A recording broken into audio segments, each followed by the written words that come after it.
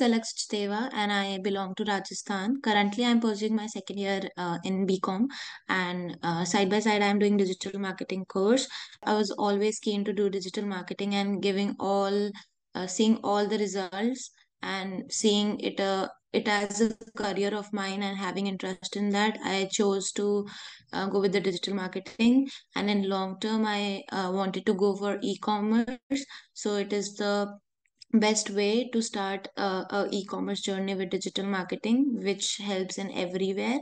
And I chose Digital Vidya because I've always wondered, like, what's the best course. I have researched everywhere, and there was only one named Digital Vidya.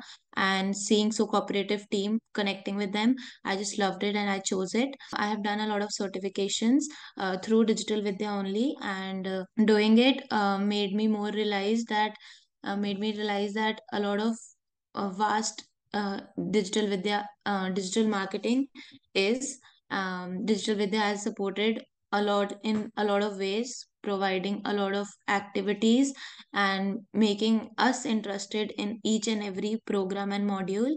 And it was the best experience. I really recommend that you once you need to work on it and see the results.